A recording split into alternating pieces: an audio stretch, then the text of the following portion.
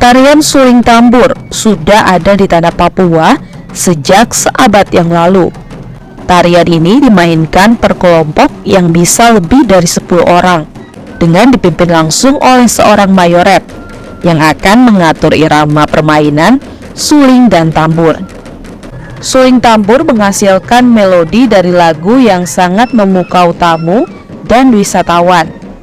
Tarian suling tambur merupakan kearifan lokal yang khas dari Kabupaten Raja Ampat, Papua Barat Daya. Setiap kecamatan di Raja Ampat memiliki kreasi gerakan tarian suling tambur yang berbeda.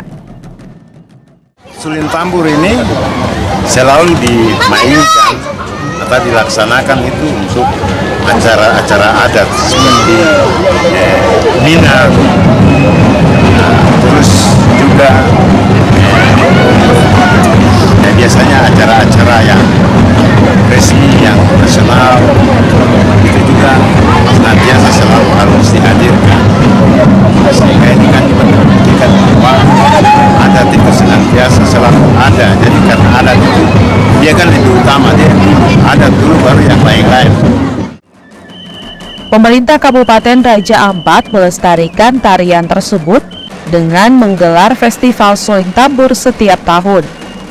Kegiatan ini dilaksanakan bersamaan dengan Festival Bahari Raja Ampat, yang tujuannya untuk menarik wisatawan berkunjung ke Raja Ampat. Festival suling tambur menjadi pertunjukan yang paling diminati oleh masyarakat lokal dan wisatawan, karena setiap pelaksanaannya selalu disaksikan ribuan orang.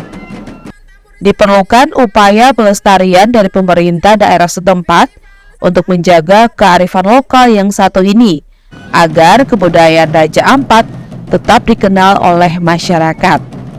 Flora Batlayeri, Kompas TV, Sorong, Papua Barat Daya.